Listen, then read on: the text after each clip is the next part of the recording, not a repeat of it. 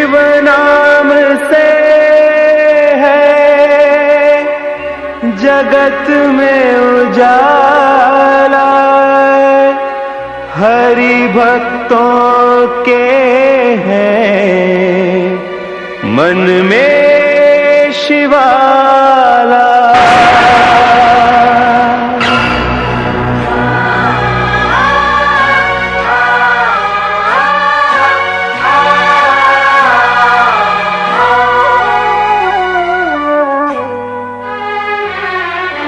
है शंभु बाबा मेरे भोलेनाथ, तीनों लोक में तू ही तू।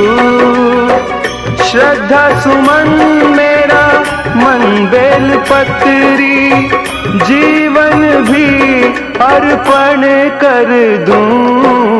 है शंभु बाबा मेरे भोलेनाथ, तीनों लोक में तू ही तू।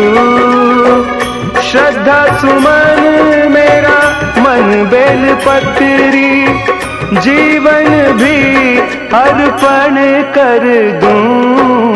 है शंभु बाबा मेरे भोलेनाथ, तीनों लोक में तू ही तू।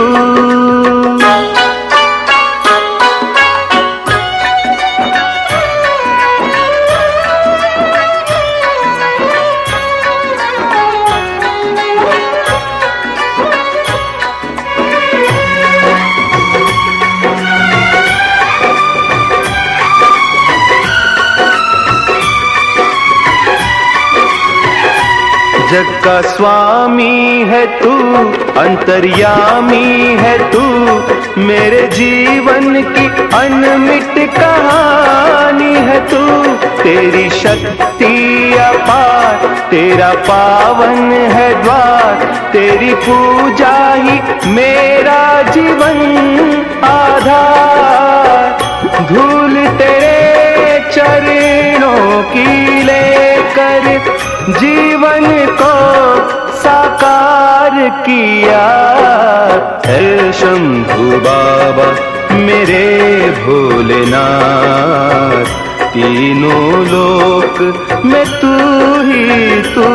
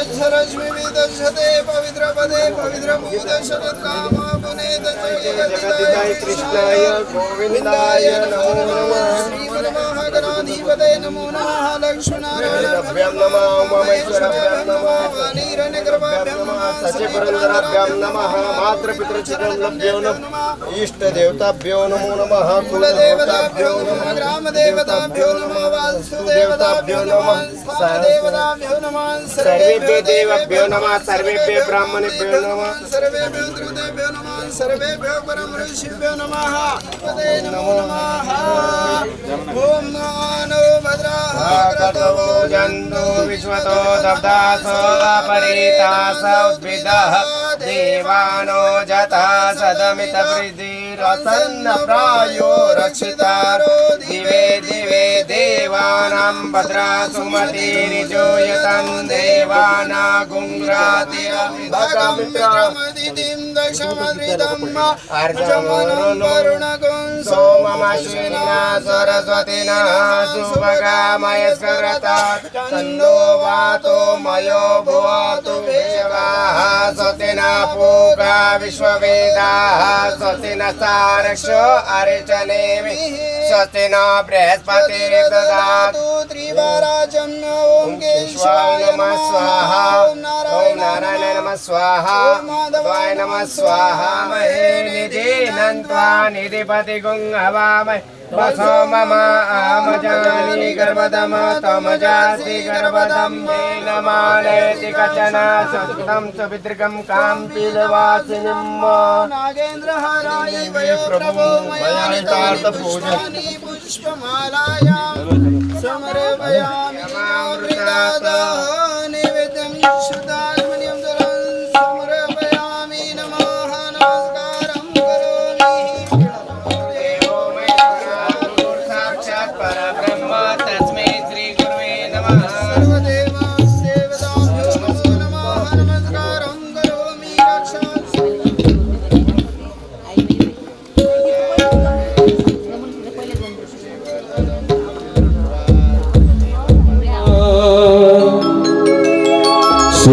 सूर्यकोटि समप्रभ निर्विघ्नं कुरु मे देव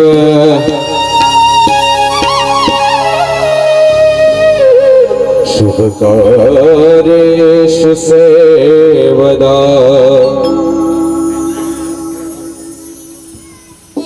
से है जगत में उजाला हरि भक्तों के मन में शिवाला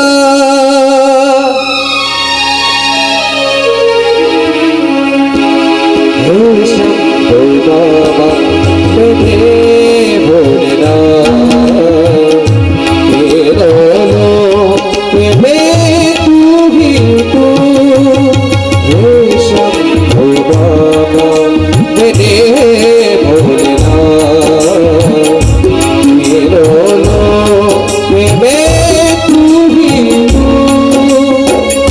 श्रद्धा सुमन मेरा मन बेल पत्री जीवन भी हर पल कर दो हे शंभो बाबा मेरे भोलेनाथ ये बोलो कि मैं तू ही तू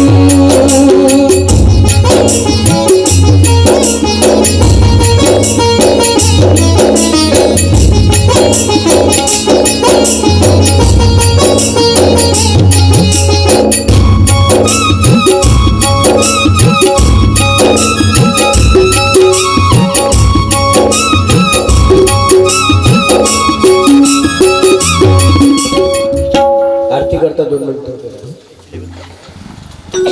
विक्रण ब्रह्मांडी माळा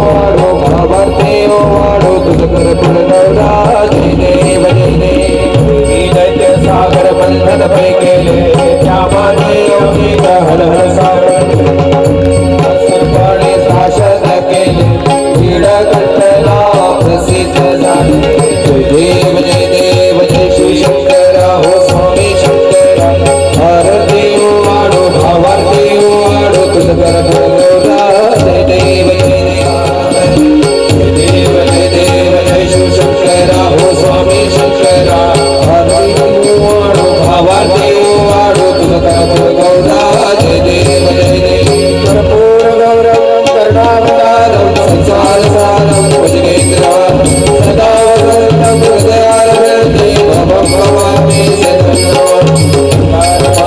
कपालकाय कपालमाला शंकराय दिगंबराय दिगंबराय नमः शिवाय नमः शिवाय मे हरे हरे नमो तमेव वाणी तमेव माता पिता तमेव तमेव बन्धु सखा तमेव विद्याधरं तमेव तमेव सर्वं मम देव हरे नमः तमेव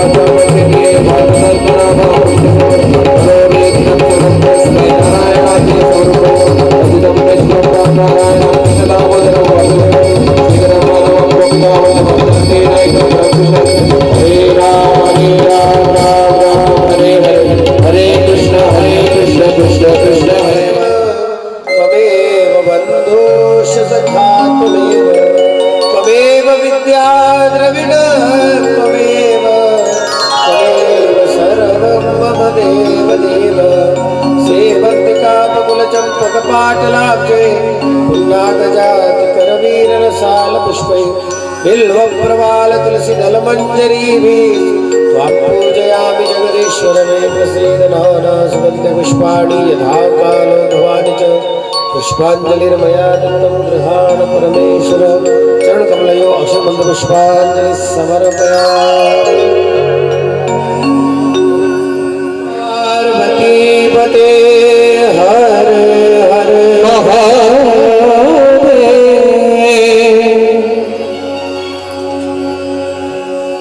बस बस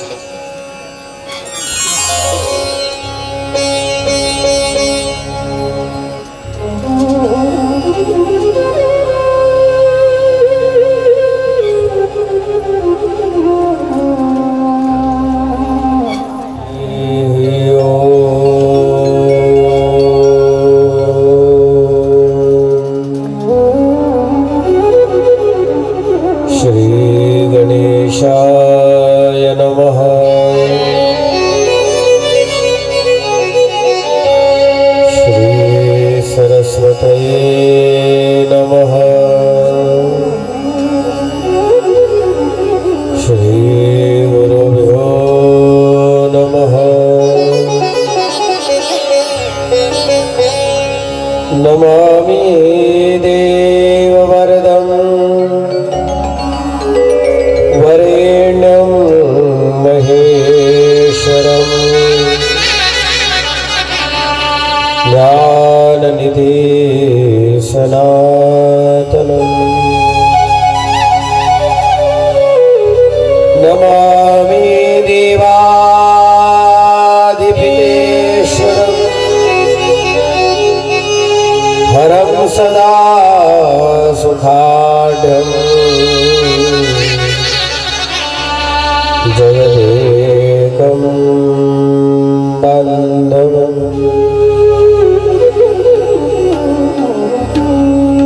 भवानी शंकरो वन्दे श्रद्धा विश्वासरूपिणो पश्यन्ति स्वान्तस्तम् ईश्वरं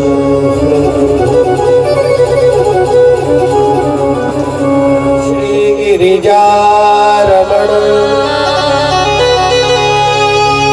जय जय भूतकिशोर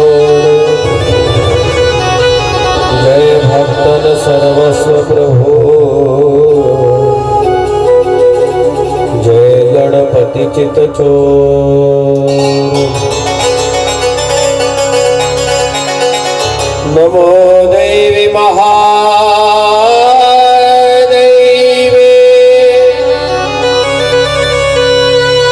शिवायै सततं नमः। नमः प्रकृते भद्रायै नियतः प्रणतस्मताम्।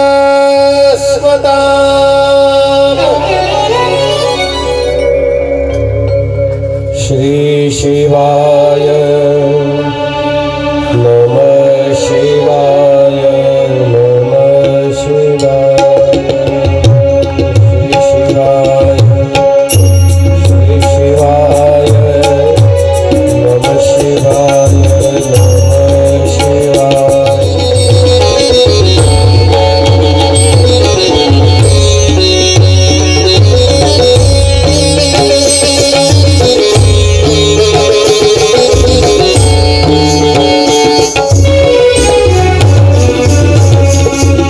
श्री शिवाय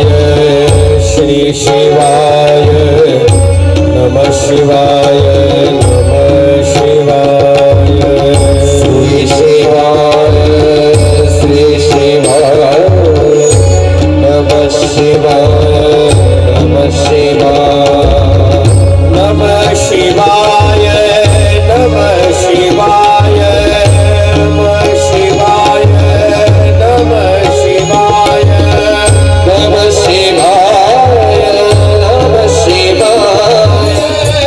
श्री शिवाय नमः शिवाय नमः शिवाय नमः शिवाय नमः शिवाय नमः शिवाय श्री शिवाय नमः शिवाय नमः शिवाय नमः शिवाय नमः शिवाय नमः शिवाय नमः शिवाय श्री शिवाय नमः शिवाय श्री शिवाय नमः शिवाय श्री शिवाय नमः शिवाय नमः शिवाय नमः शिवाय श्री शिवाय नमः शिवाय नमः शिवाय श्री शिवाय नमः शिवाय नमः शिवाय नमः शिवाय श्री शिवाय नमः शिवाय शिवाय नमः शिवाय नमः शिवाय श्री शिवाय नमः शिवाय नमः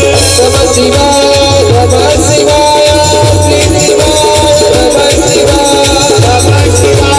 नमः शिवाय श्री शिवाय नमः शिवाय नमः शिवाय नमः शिवाय श्री शिवाय नमः शिवाय श्री शिवाय नमः शिवाय श्री शिवाय नमः शिवाय श्री शिवाय नमः शिवाय श्री शिवाय नमः शिवाय श्री शिवाय नमः शिवाय श्री शिवाय नमः शिवाय श्री शिवाय नमः शिवाय श्री शिवाय नमः पार्वती हरे हर हर महादेव हरे हरे महादेव हरे हरे महादेव पते हर हर महादेव शिव महापुराण की जय सिद्धेश्वर महादेव की जय गोपाल कृष्ण भगवान की जय सद्गुरुदेव भगवान की जय। नमामि सद्गुरुं शांतं सच्चिदानंद विग्रहं पूर्ण ब्रह्म परानंदम ईशम आनंद वल्लभम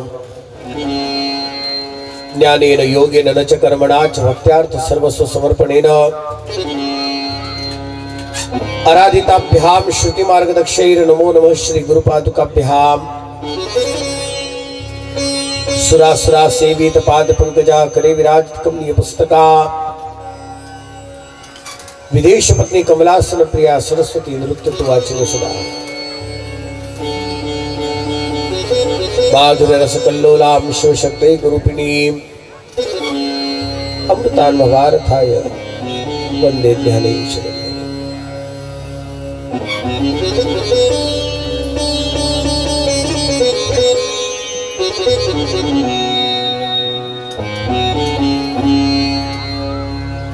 ओम श्री सांब सदा शिवाय नमः। नारायणं नमस्कृत्य नरं चैव नरोत्तमं देवीं सरस्वती व्यासं ततो जयमुदीरयेत्। भवान् प्रतिदिनं कामं रमेशं वैश्यशाकुधीः मा विवाह समपत्नी च युवतीं पतिसेविनं। परम पावन दरबारामध्ये बसून आपण सगळेजण या ठिकाणी आज पहिल्यांदा प्रथम दिवसाला सिद्धेश्वर भगवान महादेवाच्या परम पावन पुण्य पर्वावरती महाशिवरात्रीचा पर्वकाळ, ज्या पर्वकाळाला स्वतः अनेक संत परंपरेने आणि सनातन परंपरेने सर्वात श्रेष्ठ मानलेला आहे। महाशिवरात्रि जैसा पर्वकाल जो कि सारे जगत के लिए कल्याणकारी पर्वकाल माना जाता है। कारण महाशिवरात्रीच्या पर्वकाळाचं वैशिष्ट्य हे आहे की या ठिकाणी भगवान महादेव स्वयं मां पार्वतीच्या संगतीमध्ये विराजमान होऊन अनेक भक्तांच्या अंतकरणातला मनोरथ भाव पूर्ण रूपाने करून सहज अनायास करुणा स्वतः प्रगट करतात। हा पर्वकाळ तो आहे।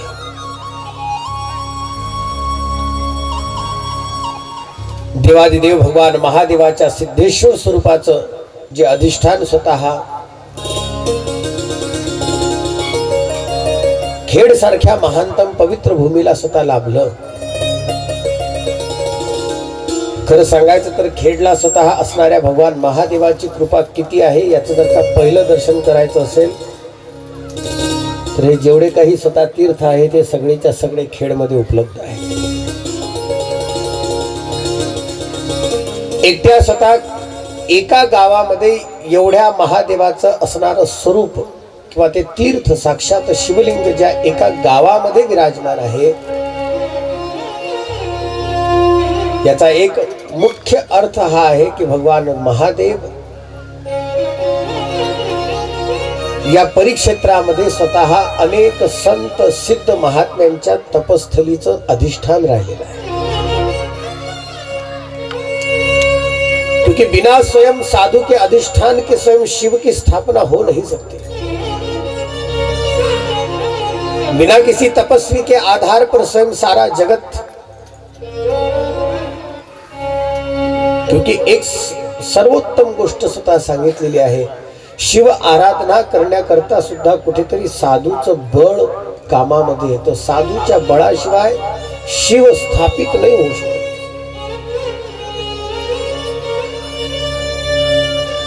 सिद्धेश्वर महादेव, बेताळेश्वर महादेव, नागेश्वर महादेव, कपिलेश्वर, महाकालेश्वर,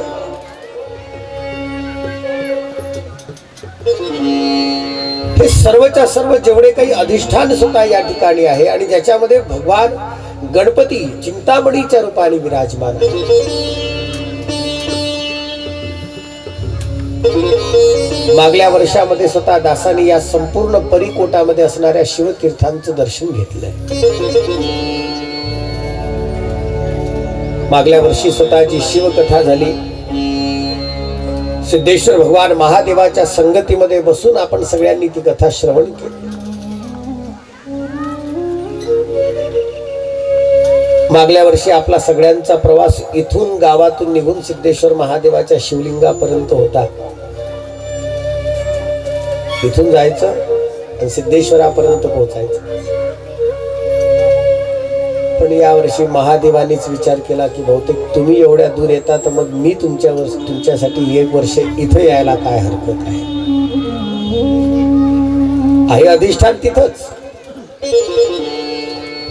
पण कथा भावामध्ये आणि यज्ञ स्वरूपामध्ये भगवान महादेव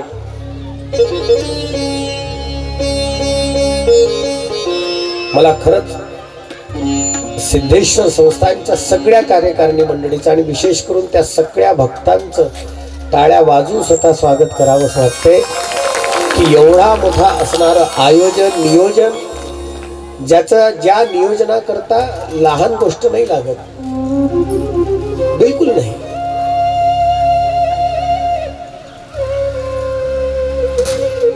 ज्या क्षणाला या मंडळींनी दासाकडे मागच्या मे महिन्यामध्ये जेव्हा ही गोष्ट म्हटली की महाराज यज्ञ करायचा, मी विचार केला, म्हटलं बा यज्ञ करायला काय हरकत आहे, आहेत आपले 5-7 पुरोहित, करून टाकतील. नाही, यज्ञ छोटा नहीं बड़ा करना है.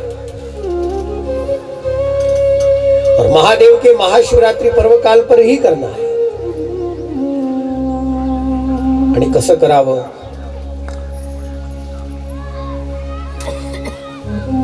मग एक विचार केला की मग हरकत नाही, महारुद्र याग करो. और आप जानेंगे महारुद्र याग करणं एवढी सोपी गोष्ट नाही आहे.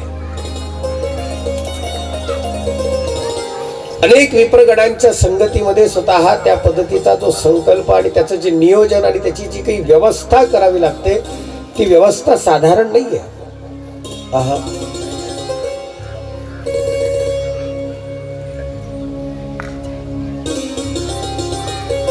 तुम्ही सर्वांनी 20 ते 22-25 वर्षाच्या अगोदर बहुतेक एका महात्म्याचं नाव मी सांगतो कधी तुम्हाला, पूजनीय वैकुंठवासी सद्गुरु श्री अंजन सिंगीचे कठाडे महाराज, ज्यांनी ज्ञानेश्वर माऊलीची मूर्ती स्थापना करताना स्वतः जो काही एक दिव्य उत्सव केला होता, त्या क्षणाला जो उत्सव झाला तो उत्सव अत्यंत दिव्य होता. त्या क्षणाला बहुतेक महारुद्र नव्हता झाला, नाही, माऊलीची स्थापना होती.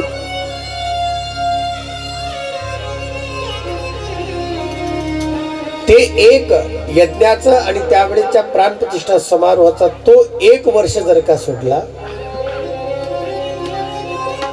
तर गेल्या अनेक वर्षांपासून या पंचक्रोशीच्या क्षेत्रामध्ये, या पंचक्रोशीच्या क्षेत्रामध्ये अद्यापपर्यंत महारुद्र याग झाला नाही. तो पहिल्यांदा झाला, तो खेडमध्ये झाला. त्याचा आरंभ खेडचा आहे. एवढ्या पंचक्षेत्रामध्ये स्वतः महारुद्र याग नाही झाला. कुठे विचार केला होता की स्वतः महारुद्र याग होण्याकरता लागण्याकरता सगळी व्यवस्था आपल्याकडे उपलब्ध होईल का, पण त्याचा आरंभ ज्या क्षणाला पाहिला तेव्हा तो आरंभच एवढा मंगलकारी ठरला. आणि सहज गोष्ट घडली की भगवती गंगा, यमुना, शरयू, पयोष्णी म्हणजे पूर्णा, नर्मदा, गोदावरी अशा सर्व तीर्थांच्या तीर्थ कलश यात्रा काल पहिल्यांदा स्वतः गावामध्ये निघाली आणि त्याचं प्रमाणही सगळ्यांना प्राप्त झालं. जशी तीर्थयात्रा पोहोचली त्या क्षणाला स्वतः पावसाचे थेंब सुद्धा पडले. हे त्या यज्ञाच्या सफलतेचं सगळ्यात मोठं प्रमाण आहे. सगळ्यात अन्न समुद्भव यज्ञामध्ये स्वतः पाऊस येणं हा त्या यज्ञाच्या साफल्यतेचं सगळ्यात मोठं प्रतीक आहे. सगळ्यात मोठं यज्ञात भवती पर्जन्य, यज्ञ की सफलता मानी जाती है उसे.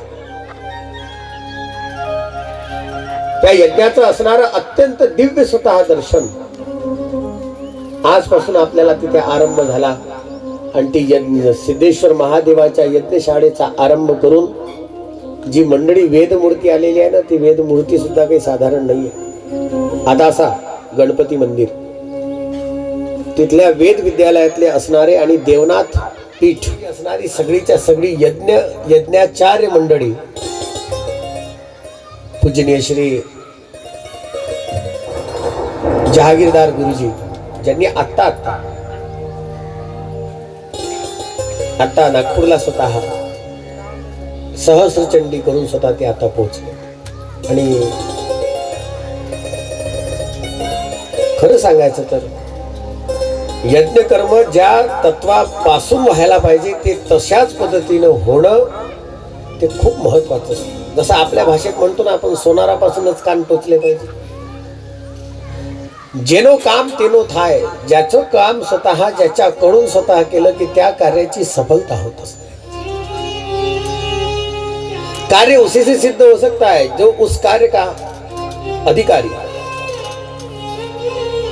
मंत्र भी उसी से सिद्ध हो सकता है जो उस मंत्र का अधिकारी है.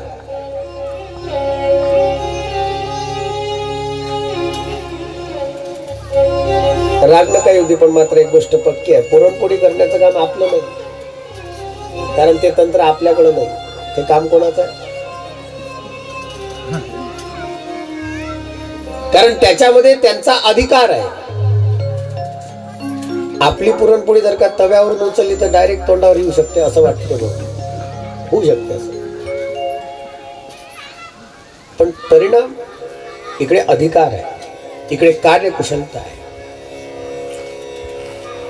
ज्याच्याकडे ज्या कार्याची योग्यता असते त्या कार्याच्याच अनुषंगाने त्याला ते कर्म दिलं. त्याचं एक महत्वाचं कारण आहे, कारण भगवद्गीता सुद्धा त्याच्या संदर्भामध्ये वर्णनच करते. ज्याचं जे कर्म आहे ते कर्म त्याने करणं हेच त्याच्याकरता असणारी सर्वात मोठी पूजा आहे.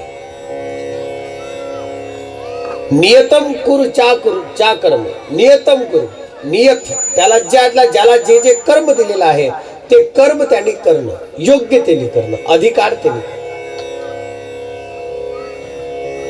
और इसीलिए भगवद्गीतेमध्ये सुद्धा जर का तसंच वर्णन आलेलं असेल तर शिवपुराण सुद्धा त्याच पद्धतीचं वर्णन करते. शिवकथा सुद्धा बिलकुल तसंच वर्णन करते. फक्त एक गोष्ट होते की थोडी जरा परीक्षा सुरू होते, परीक्षा होते थोडीफार, पण ती परीक्षा जेथपर्यंत होत नाही तेथपर्यंत योग्यताही लक्षात येत नाही. कारण मनुष्य जीवनामध्ये खूप महत्वाचं मानलेलं आहे. दासाचा असा एक या कथेमध्ये थोडासा आग्रह राहील, माझा आग्रह है यावेळी कि हो सके तो अपने इस परिसर के पूरे महादेव जी की स्थापना का जो कोई क्रम हो, जो कोई कथा हो, उस कथा भाव को समझू, त्या कथा भावाला आपण पाहू. पण विशेष करून स्वतः भगवान महादेवाच्या नमः शिवाय या पंचाक्षर मंत्राचा जो अर्थ आहे, क्योंकि नमः शिवाय हा मंत्र प्रत्येकाला म्हणण्याचा अधिकार आहे. नमः शिवाय सगळ्यांनी म्हणावं. ओम नमः शिवाय हा दीक्षित मंत्र आहे, त्याला ओम हा शब्द प्रणवोचित लागला जातो. ओम हा शब्द बीज संयुक्त मंत्र असल्या कारणाने त्याला ओम एकदम नाही लावलं तरी मात्र नमः शिवाय हा पंचाक्षर जो मंत्र आहे, नमः शिवाय, या पाचही स्वतः तत्वाच्या अनुषंगाने भगवान शिव तत्व किती श्रेष्ठ आहे त्याचं वर्णन शिवपुराणामध्ये विद्येश्वर संहिता आणि पुढे उमा संहिता याच्यामध्ये आलेलं आहे. 7 संहिता आहे स्वतः या शिवपुराणाच्या, आणि या 7ही संहितांमध्ये भगवान महादेवाच्या असणाऱ्या विविध स्वरूपांचं आणि लीलांचं वर्णन केलेलं आहे. लीलाय भी आहे, लीला सुद्धा आहेत, स्वरूप सुद्धा आहेत. आणि या स्वरूप तत्वाचं जे काही वर्णन स्वतः सांगितलं गेलं त्या सगळ्या तत्वांचं वर्णन करताना शिवपुराण पंचम पुराण मानलं गेलं, पंचम वेद. आणि म्हणून पंचाक्षराच्या सुंदर संदर्भामध्ये पंचम पुराण म्हणून स्वतः शिवपुराण आहे.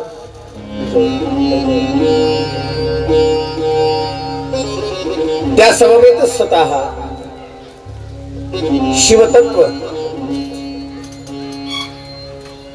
नमः शिवाय, नमः शिवाय, नमः शिवाय, नमः शिवाय, नमः शिवाय.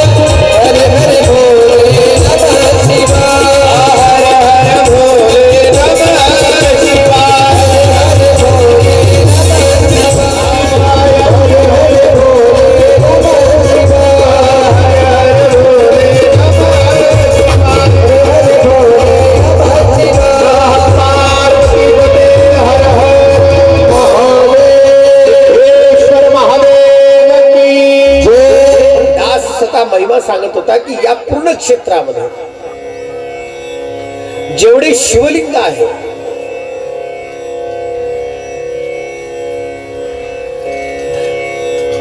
पयोष्णीच्या तटावरती, इथे जी पूर्णा नदी आहे ना, पूर्णा नदी, पयोष्णीच्या तटावरती स्वतः तापीपर्यंत, संगमापर्यंत जाईपर्यंत स्वतः अनेक ऋषी मुनींनी जी जी साधना केली, त्या सर्व साधन स्थळांमध्ये भगवान शिवांची स्थापना झाली.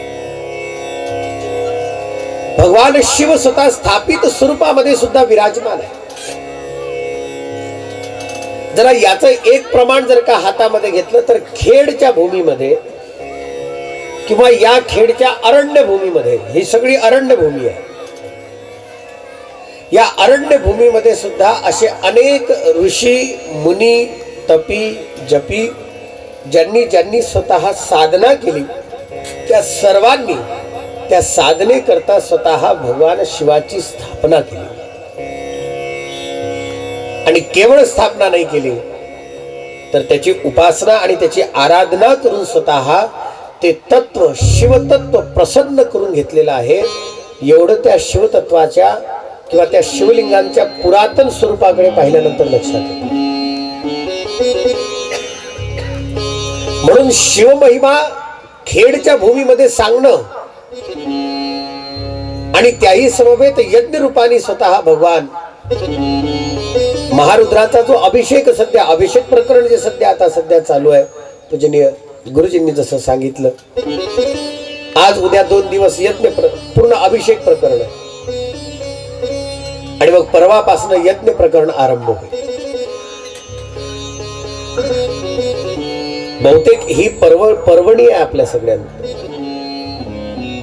महाशिवरात्रीच्या पर्व काळामध्ये जर का यज्ञाचं दर्शन होत असेल आणि त्या अनुषंगाने जर का अभिषेकही स्वतः, तर अभिषेकाचं तर दर्शन, केवळ दर्शन जरी झालं अभिषेकाचं तरी स्वतः जीवन पवित्र आहे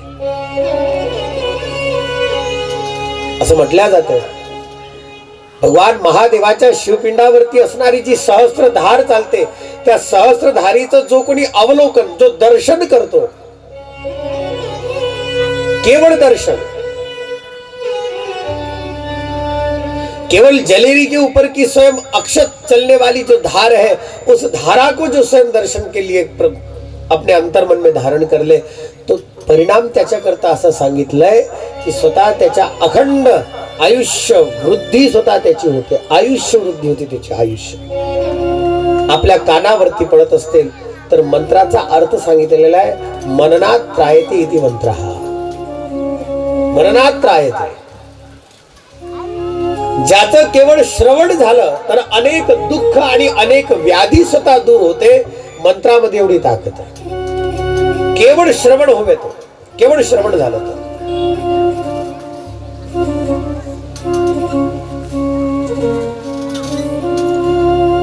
आता इथे यजमान म्हणून जे काही स्वतः आहेत ना, सगळेच्या सगळे, कडू साहेब आहेत, देशमुख साहेब, बक्कार, हिवे, ढाकुलकर साहेब, ही सगळी जी काही मंडळी आहे, भाग्यवान आहात आपण लोक.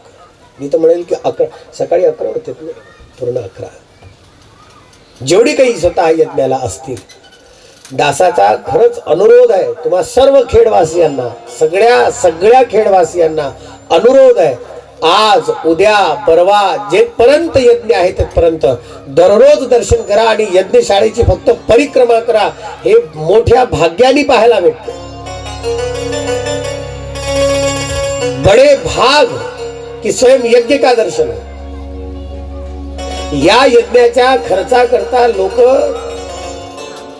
ज्यांच्याकडे संपत्ती आहे ना, ते स्वतः गाठोडे घेऊन उभे राहतात, तरी त्यांच्या नशिबाने ते पाहायला भेटत नाही. होत ते. आमचे जावई आहेत रामदासजी मेंढे, हे सगळी मंडळी अयोध्येला स्वतः, आता अयोध्येला प्राण प्रतिष्ठा झाली त्यावेळेच स्वतः यज्ञ. मग एक यज्ञ स्वतः उभारण्याकरता किंवा एक यज्ञ दर्शन होण्याकरता कोटी पुण्य एकत्रित व्हावे लागतात. कोटी. आणि इकडे एकादश 11 रुद्री महारुद्री सुद्धा आपल्याला सगळ्यांना या ठिकाणी दर्शन करण्याला त्याचं मंत्र श्रवण करण्याकरता भेटत असेल तर खरंच मी तुम्हा सगळ्या सिद्धेश्वर संस्था सगळ्या भक्तगणांचं तुमच्या मनाचा असणारा संकल्प जो आपण केला महादेव आजपासून त्याला कोणती बाधा येऊ देणार नाही एवढं पक्का आहे. एक बाधा येणार नाही कारण महादेव स्थापित झाले. आणि विचार करा नक्की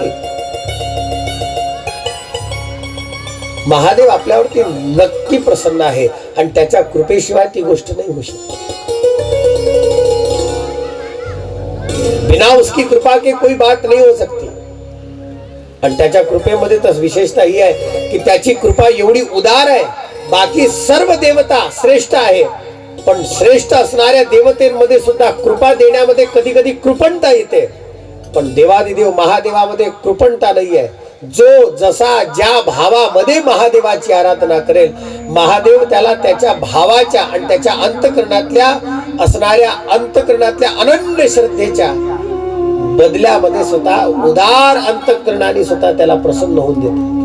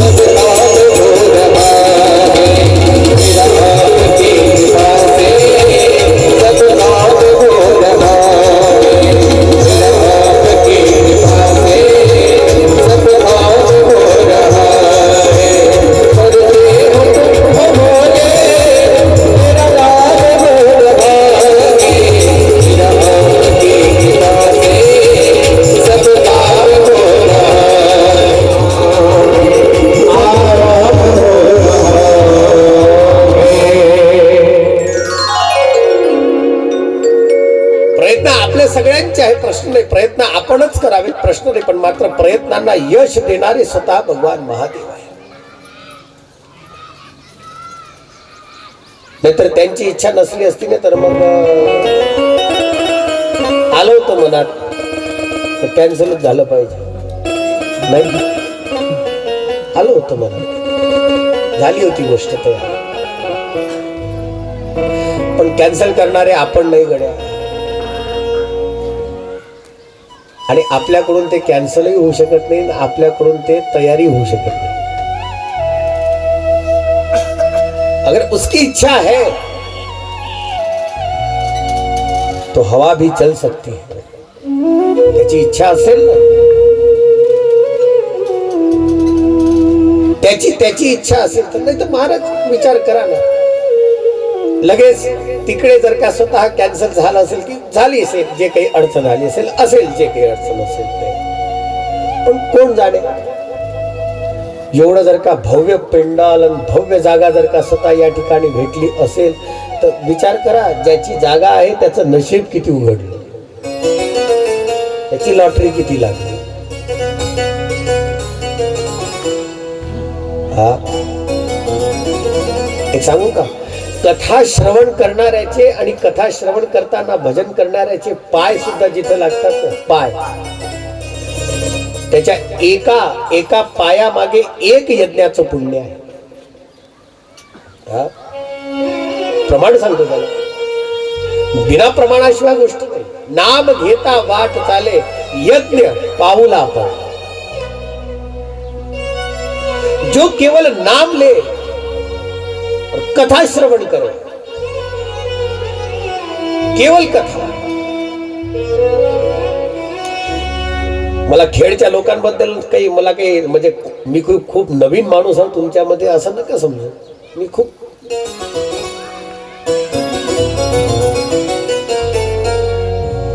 त्याच्यामुळे खेडची मंडळी किती धार्मिक आहेत हे सगळं मला माहिती आहे. पण मला आज तुमच्याबद्दल थोडा जरा मला हिंदीमध्ये बोलायला हरकत नाही. मुझे तुम लोगों से जलन हो रही है आज. त्याचं कारण आहे, कारण कोण जाणे पण तुमच्या जीवनातलं कोणतं तरी पुण्य उदित झालं की महाशिवरात्रीच्या पर्व काळात महारुद्र याग आणि शिवकथा श्रवण करण्याचं भाग्य तुम्हाला भेटलं. नाहीतर हा पर्वकाळ सहजासहजी साध्य नहीं होगा भी नहीं कभी. लेकिन अगर स्वयं इस प्रकार की मनोवृत्ति की धारणा करके स्वयं या मनोवृत्तीला स्वतः एकत्र करून जर का स्वतः अशा पद्धतीचा एक उपक्रम नाही म्हणत याला, पण याला कृपा म्हणा, ती कृपा जर का महादेव आपल्यावरती देत असेल तर मग आपला पदर आखूड करण्याची गरज नाही. शिवकाल म्हणजे आत्मस्वरूपाच्या विलीनीकरणाचा काळ. जो या 11 दिवसापर्यंत अनुष्ठान पद्धतीने स्वतः शिवरात्रीचं महाशिवरात्रीचं पूर्ण रूपाने स्वतः व्रत करत असेल त्याच्या जीवनामध्ये साक्षात शिवदर्शन होते. या शिवदर्शनाची अनुभूती दुसरी तिसरी कोणी घेतली नाही. शिवदर्शनाची अनुभूती आपल्याच विदर्भामध्ये, आपल्याच विदर्भाच्या भूमीमध्ये, माधांच्या भूमीमध्ये ज्यांनी स्वतः शिवतत्वाची भूमीची अनुभूती घेतली, शिवतत्वाच्या दर्शनाची ती अनुभूती घेणारी स्वतः विभूती मोहोळ कुळामध्ये जन्माला आलेले गुलाबराव महाराज, त्यांचे आजोबा राणोजीरावांनी घेतले. 11 दिवस. आणि ती माधांची मंडळी परवा दर्शनाला येणार आहे. महाराज जिसे मालूम पड़े और जिसे उसकी महत्ता ध्यान में रहे वो तो वहां पर आवेगा ही आवेगा. म्हणून हा पर्व काळ आहे आपल्याकरता. त्या यज्ञाचं दर्शन, त्या कथेचं श्रवण. तुम्ही म्हणाल राणोजीरावांच्या जीवनामध्ये, हो, कारण 11 दिवस स्वतः राणोजीराव गुलाबराव महाराजांचे आजोबा 11 दिवस, सव्वा महिना दर महाशिवरात्रीच्या पर्व काळामध्ये केवळ भस्म खाऊन स्वतः राहायचे. केवळ भस्म. कोणती महाशिवरात्र भस्मावरती, कोणती महाशिवरात्र फक्त बिल्वावरती, कोणती महाशिवरात्र फक्त एकदा पाण्यावरती चालायची. 11 दिवस, महिना, सव्वा महिना चालायची. आणि 4 मुलं रघुजी, बकाजी, नरसाजी आणि गोंदूजी या 4 मुलांमध्ये स्वतः पुत्र प्राप्ती नाही म्हणून रडले महादेवाच्या समोर. तर वर्णन आहे, साक्षात शिवानी स्वप्नामध्ये दर्शन राणोजीरावांना दिलं आणि सांगितलं की राणोजीराव, तुमच्या घरामध्ये एक संत जन्माला आहे, एक महात्मा जन्माला आहे.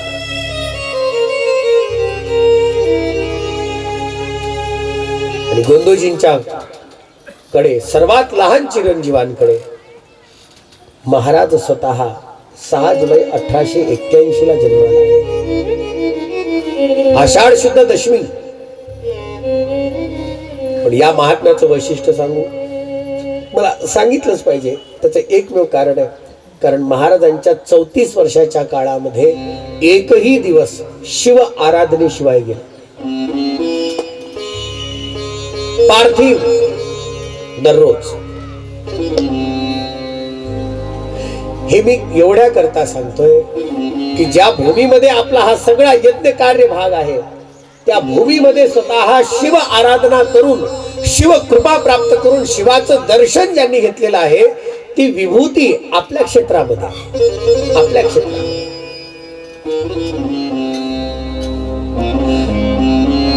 आणि खेडच्या मंडळींना मला गुलाबराव महाराज सांगण्याची गरज नाही, सगळ्यांना माहिती आहे. महाराज तर तुमच्या खेडमध्ये येतात,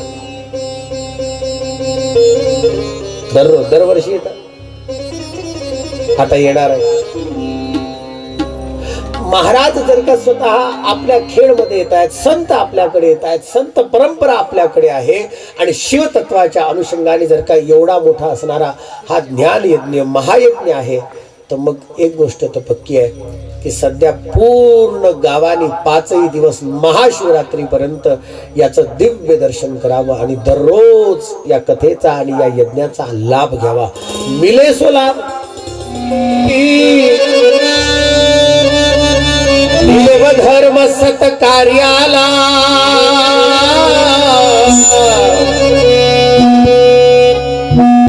नेहमीच म्हणता फुरसत नाही देवधर्म सत्कार्याला.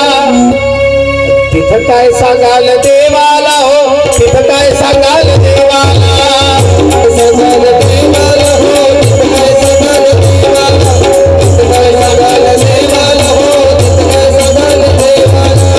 नेहमीच म्हणता फुरसत नाही देवधर्म सत्कार्याला, म्हणता फुरसत नाही देवधर्म सत्कार्याला. फुरसत नाही देवधर्म सत्कार्याला. तिथं काय सांगाल देवाला, हो तिथं काय सांगाल देवाला, देवाला.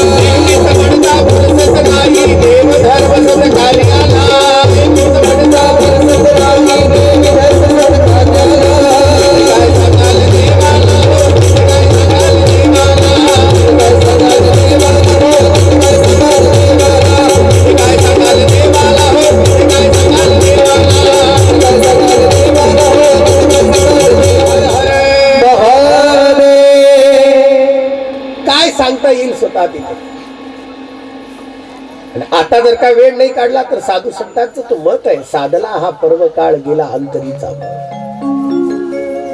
पर्वकाल को सिद्ध करो. रमते वैश्या कुधो मा विहाय स्वपत्नीच युवती पतिसेविनम. ज्या कथेचं केवळ श्रवण केल्याबरोबर स्वतः अनेक अनेक जन्म अनेक पाप एकत्रित करणारी,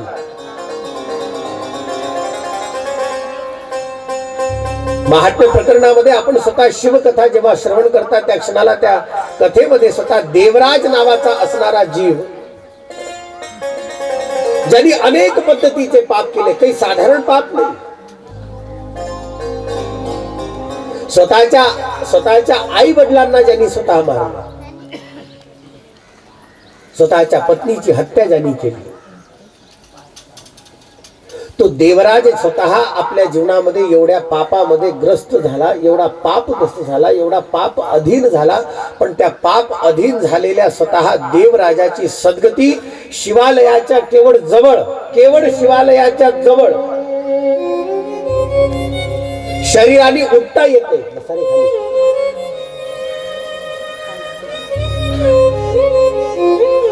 शरीराने उठता येत नाही, व्याधी झाली, शरीरामध्ये त्राण झाला, नाही काही करता येत, गलित गात्र झाला. वर्णन असं आहे की स्वतः त्याच्या जीवनामध्ये त्याला शरीराच्या व्याध्या एवढ्या झाल्या की त्याचं शरीर थोडंही अंतर चालू शकत नाही, थोडंही. अनायास दैवयोगाने, अनायास, कधी कधी अनायास म्हणा, पण अनायास स्वतः दैवयोगाने स्वतः एका शिव मंदिराच्या जवळपास त्या ठिकाणी पडला, तो उठलाच नाही. तिथेच ताप आला, तिथे स्वतः बिमारी आली. आणि शेवटच्या काळामध्ये मंदिरामध्ये सुरू असणारी कथा, शिवकथा, त्या शिवकथेचे फक्त शब्द त्याच्या कानावरती पडले, केवळ शब्द मात्र.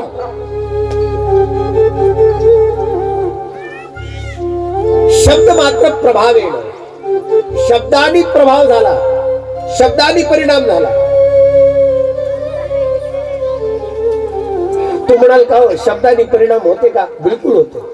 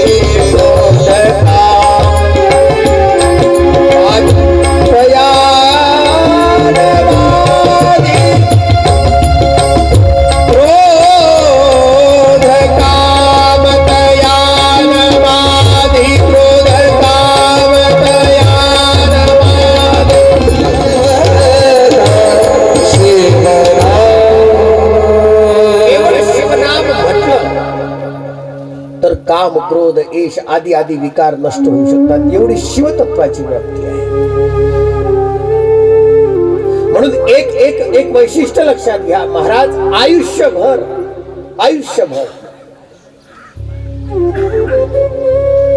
पाप करणारा, दुराचार कर्म करणारा, वर्णन तर इथे इथपर्यंत आलंय की स्वतः वैश्या शोभवती नामम दृष्ट्वा तत्रातिविह्वला,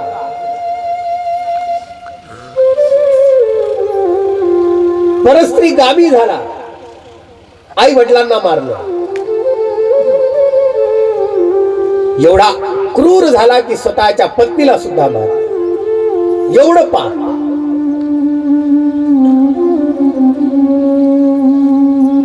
आपण ते एवढे नसून होते नाही, एवढं तर नाही आपलं. कान पर आते गए तेवढ्या एका शब्दा कानावरती पडलेल्या शब्दाचा परिणाम की त्याच्यावरती आपोआप भगवान शिवाच्या शिवगणांची शिवतत्वाची स्वतः कृपा झाली आणि त्या कृपेमध्ये देवराज शिवलोकाला प्राप्त झाले. केवळ शिवशब्द शिवकथा श्रवण केली, ती श्रवण करण्याकरता अट्टहास नाही केला. जसे आपण कथा सुरू झाल्यानंतर इथे येऊन बसलात नाही एवढाही त्यांनी प्रयास नाही केला. कथा सुरू झाली तो तिथेच होता, बस ज्या ठिकाणी होता तिथे कथा सुरू झाली. आणि असा जर का एक परिणाम केवळ शिवकथेचा होऊ शकतो, शिवतत्वाचा होऊ शकतो, तर मग विचार आपण सगळ्यांनी करावा. ही शिवकथा किती परम पवित्र स्वतः आपल्या सगळ्यांचे जीवन अंतस्थ पूर्ण रूपाने धन्य करणारी आहे. हा धन्य काळ, धन्य वेळ, धन्य पर्वणी सद्यस्थितीमध्ये आहे. अशा 2-4 वेळा गुरुजींचं येणं झालं. नियोजन अत्यंत व्यवस्थित आहे. आपल्याकरता आयोजन नियोजन करणारी मंडळी अत्यंत चांगली. ज्याही पद्धतीने स्वतः एक बात ध्यान में रखना, श्रद्धा भाव से किया गया हर एक काम पवित्र होता है. जितनी अधिक श्रद्धा से करो, जेवढ्या अधिक श्रद्धेने ते करू. आणि श्रद्धावान लवते ज्ञानम जर का सूत्र सांगते तर बिलकुल पक्क लक्षात घेण्यासारखं आहे की अशा सूत्रामध्येच अशा तत्वामध्येच देव समाविष्ट असतो. आणि मग असाही प्रश्न निर्माण होऊ शकतो की बा मग आपल्याला लग्नाकरता काहीतरी तिथे, कारण आवश्यकता नाही असं नका समजू. आवश्यकता आहे, इथे सुद्धा आवश्यकता आहे. यज्ञामध्ये काही सामुग्रीची आवश्यकता आहे. मी फक्त एवढ्या करता सामूहिकतेने सांगतोय, नाही तर कोणाला असं वाटू नये की बा अगर कह दिया होता तो हम कुछ व्यवस्था कर हमारी कुछ सेवा दे देते थे. महाराज मी आजही सांगतो आवश्यकता आहे. आजही आवश्यकता सध्या काही जास्त नाही, काही खूप मोठी आवश्यकता असंही नका समजू. बाकी सगळी व्यवस्था झालेली आहे. आवश्यकता ज्या गोष्टीची आहे मला विचारू शकता, पण आहे एवढं पक्क आहे. आणि अशी ही सेवा करण्याची, सेवा धारण करण्याची आणि शिवतत्वाच्या समीप बसण्याची तुमच्या आमच्या जीवनामध्ये पर्वणी आहे. शिवकथेमध्ये देवराज स्वतः जर का या ठिकाणी सद्गतीला प्राप्त होत असेल आणि पुढे चंचुला नावाची जी वैश्या तिच्याही जीवनामध्ये सद्गती स्वतः केवळ शिवकथेने प्राप्त होते. त्या चंचुलीने स्वतःचा उद्धार नाही केला तर चंचुलीने स्वतः आपल्या पतीचाही उद्धार करून दिला.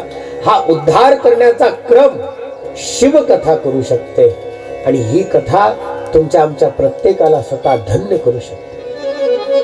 शिवनाम आणि शिवजाप हा संपूर्णतः उद्धाराचाच मार्ग आहे, मुक्ती मार्ग आहे. म्हणून आजच्या पहिल्या दिवसाच्या या सत्राला या ठिकाणी विराम करत शिवतत्वाचा जप करत उद्यापासून आपली कथा बरोबर वेळेवरती पुन्हा 2 वाजता सुरू होईल. अधिक जरा ऊन असल्या कारणाने कथेचा वेळ पुढे करायचा का की 2 वाजता ठीक आहे? हा सकाळी किती वाजता? सकाळी 7 ते 1 पर्यंत इकडचं सगळं कार्य आहे. सकाळी 7 वाजतापासून इथे अभिषेक आहे उद्याला. उद्याचे दर्शन अभिषेक दर्शनी आहेत उद्या सगळेच्या सगळे. आणि सगळ्यांना दर्शन उद्याला अभिषेक झाल्यानंतर परवा नाही राहणार.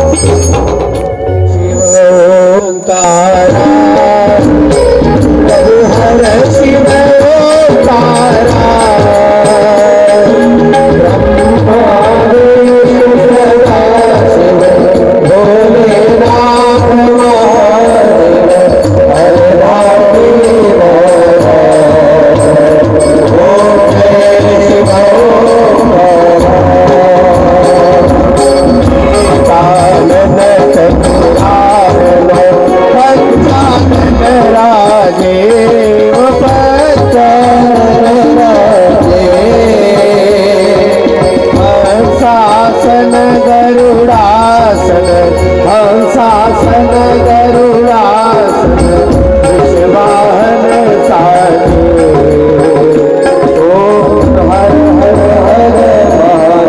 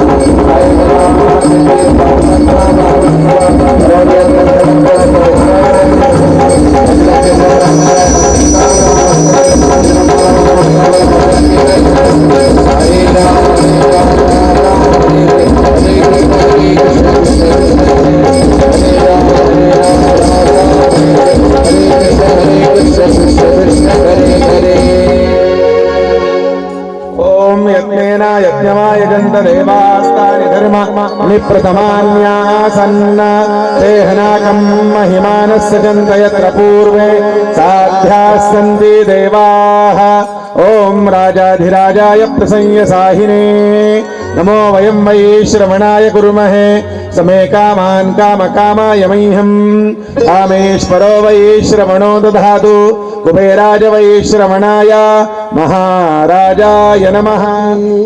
नर्मदेश्वर महादेव की, रामेश्वर महादेव की, गोमनाथेश्वर महादेव की। नमः पार्वती पते हर हर महादेव।